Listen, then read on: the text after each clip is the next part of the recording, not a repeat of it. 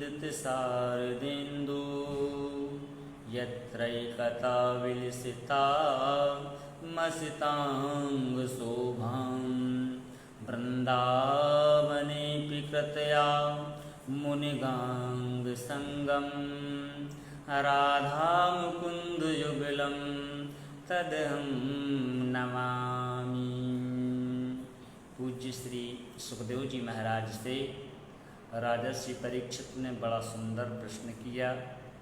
बोले महाराज, एक बात मेरी समझ में नहीं आती कि धर्म किसे कहते हैं और अधर्म क्या है। यदि धर्म की परम आवश्यकता है तो अधर्म को भगवान ने पैदा ही क्यों किया। प्रेम से बोलिए राधे राधे। तो वो श्री सुखदेव जी महाराज कहते हैं कि हे राजर्षि परीक्षित, धर्म जो होता है उसके 4 चरण बतलाए गए हैं। कौन कौन से? धर्म के 4 चरण हैं कि तपः सत्यम दया शौचम, कि तपः शौचम दया सत्यम मिति पादा कृते कृता। धर्म के 4 चरण कौन कौन से? पहला चरण है सत्य, दूसरा पैर है तप, तीसरा है पवित्रता और चौथा चरण कौन सा है? तप शौचम दया सत्यम। चतुर्थ चरण दान बतलाया गया है। सतयुग में धर्म के 4 चरण थे और 100% रूप में धर्म स्थापित था।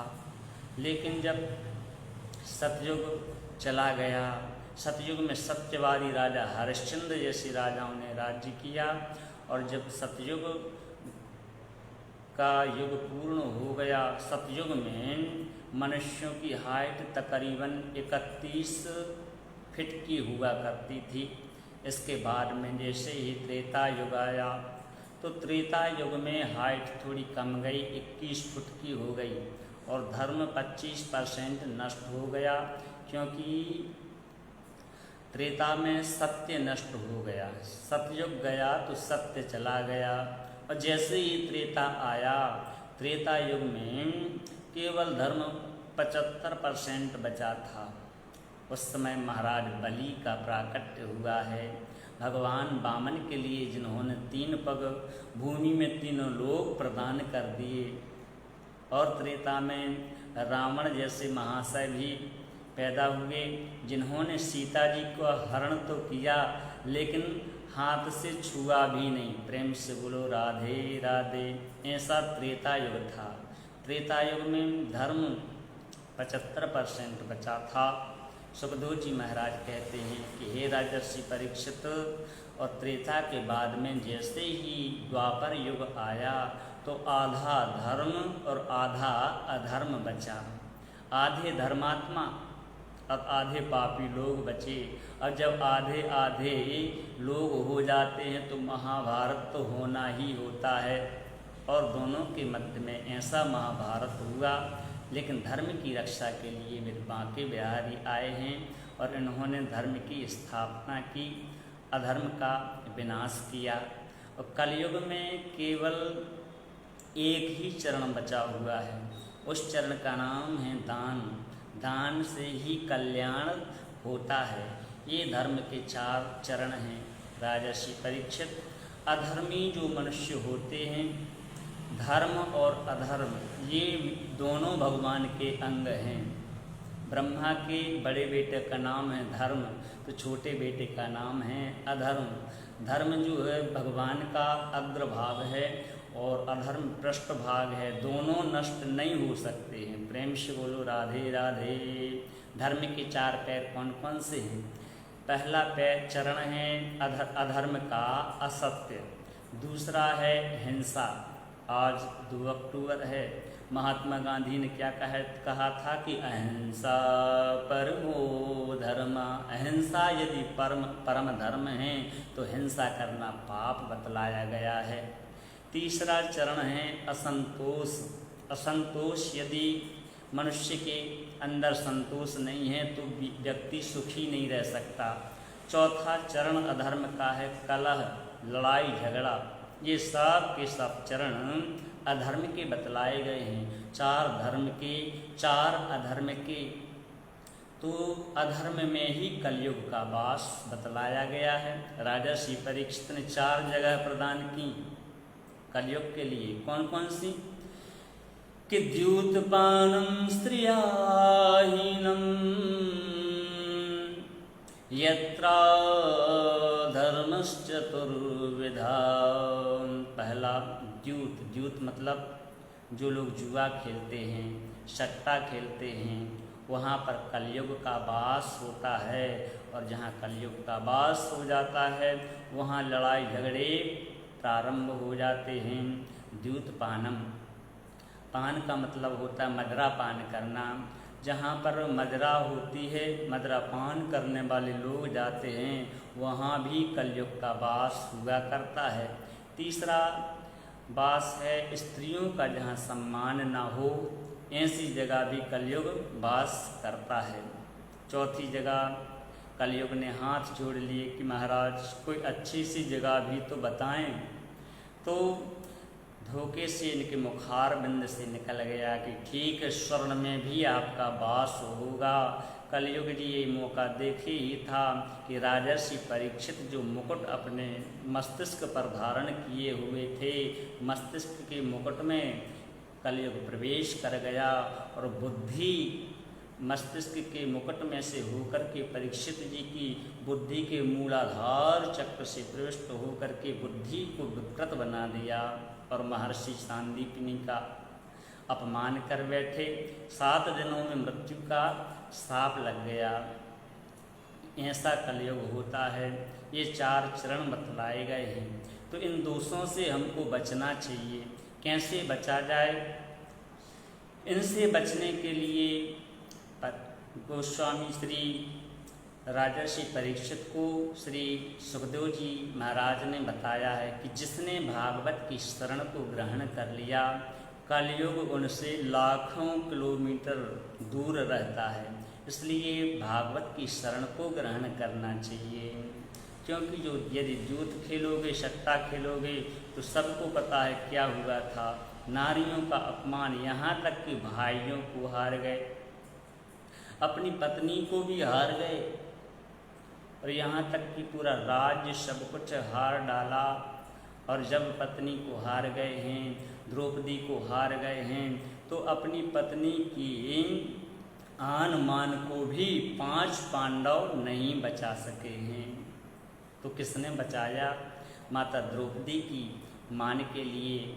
तो सुखदेव जी महाराज कहते हैं कि हे राजर्षि परीक्षित, जब दुशासन आया, दुशासन ने द्रौपदी के केशों को पकड़ करके घसीटते हुए लाया और दुर्योधन के आदेश से दोनों हाथों से साड़ी को जैसे ही खींचना प्रारंभ कर दिया, तो द्रौपदी चिल्लाने लगे, पितामह भीष्म को आवाज़ लगाई कि मेरे पितामह भीष्म हैं, इनके सामने ऐसा अनर्थ नहीं हो सकता। सद्गुरुदेव द्रोणाचार्य हैं, कुलगुरु हमारे कृपाचार्य हैं, इनके सामने ऐसा अनर्थ कदापि नहीं हो सकता। लेकिन विपत्ति के समय न कुलगुरु ने साथ दिया, न द्रोणाचार्य जी ने साथ दिया, न पितामह भीष्म ने। कोई जब साथ नहीं देता है तो अपने पांडवों के ऊपर अपने 5 जिसके पति हैं, और उन्होंने कहा कि किसी स्त्री का एक भी यदि पति हो, कमज़ोर हो, तो उसकी लाज यदि जाती रहे, उस समय पति अकड़ करके खड़ा हो जाता है। आप हमारे 5 पति हो और हमारी लाज के बचाने के लिए हे धनुर्धर अर्जुन, हे गदाधारी भीम, हमारी लाज को बचाओ। लेकिन जब 5 पांडवों ने शीश नीचे कर लिए, तो द्रौपदी ने दोनों हाथ उठा करके भगवान श्री कृष्ण के चरणों में पुकार लगाई कि रहेगा याद जीवन में, कभी ना भुलाऊंगा, समय पर देखना कृष्णा, तुम्हारे काम आऊँगा। हे गोविंद, आपने मुझे वचन दिया था कि विपत्ति के समय में तुम्हारा भाई तुम्हारी रक्षा अवश्य करने के लिए आएगा। और हमारे 5 पति हमारी नहीं सुनते, कुलगुरु हमारी बात नहीं सुनते, और द्रोणाचार्य जी ने भी हमारी बात नहीं सुनी। इसलिए कृपा करके अपनी बहन की लाज बचाने के लिए आपको आना ही होगा। अब कोई न सहारा बिन तेरे, घनश्याम समरिया मेरे। हरि आ जाओ एक बार, मेरी नैया लगा दो पार। जैसे ही भगवान श्री कृष्ण के चरणों में पुकार लगाई है, भगवान श्री श्याम सुंदर विश्राम स्थल में थे और सुखदेव जी महाराज कहते हैं कि हे मुनीश्वरों, हे राजर्षि परीक्षित, दोनों हाथों से साड़ी को खींचे जा रहा है। द्रौपदी ने अपने दोनों हाथ उठा दिए और हाथ उठा करके मेरे गोपाल के चरणों में प्रार्थना की कि हे गोविंद, दुनिया चाहे बदले और चाहे बदले संसार, पर तुम ना कभी बदलना मेरे सांवरिया सरकार। हे गोविंद, यदि आप बदल जाओगे तो आपकी बहना की आज लाज चली जाएगी और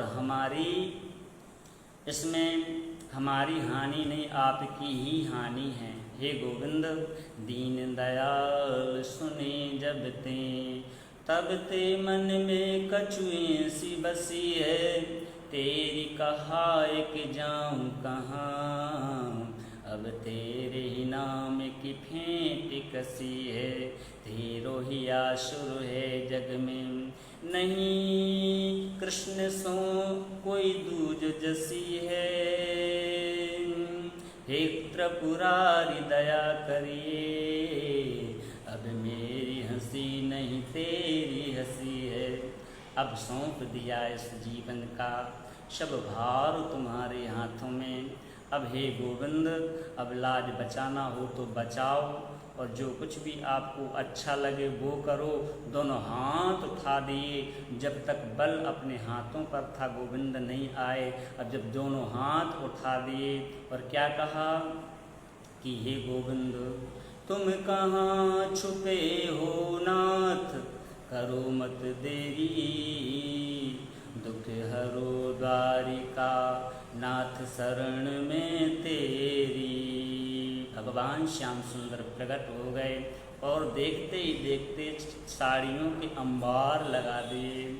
एक साड़ी नहीं, 2 साड़ी नहीं, हजारों साड़ी बीच नारी है कि नारी बीच साड़ी है कि साड़ी ही की नारी है कि नारी ही की साड़ी है, पता कुछ नहीं चलता।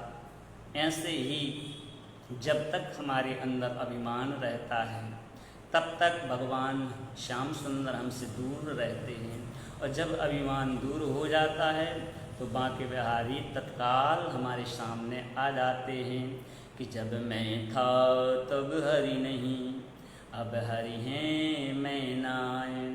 प्रेम गली अति साकरी, था मैं दुए न समाय।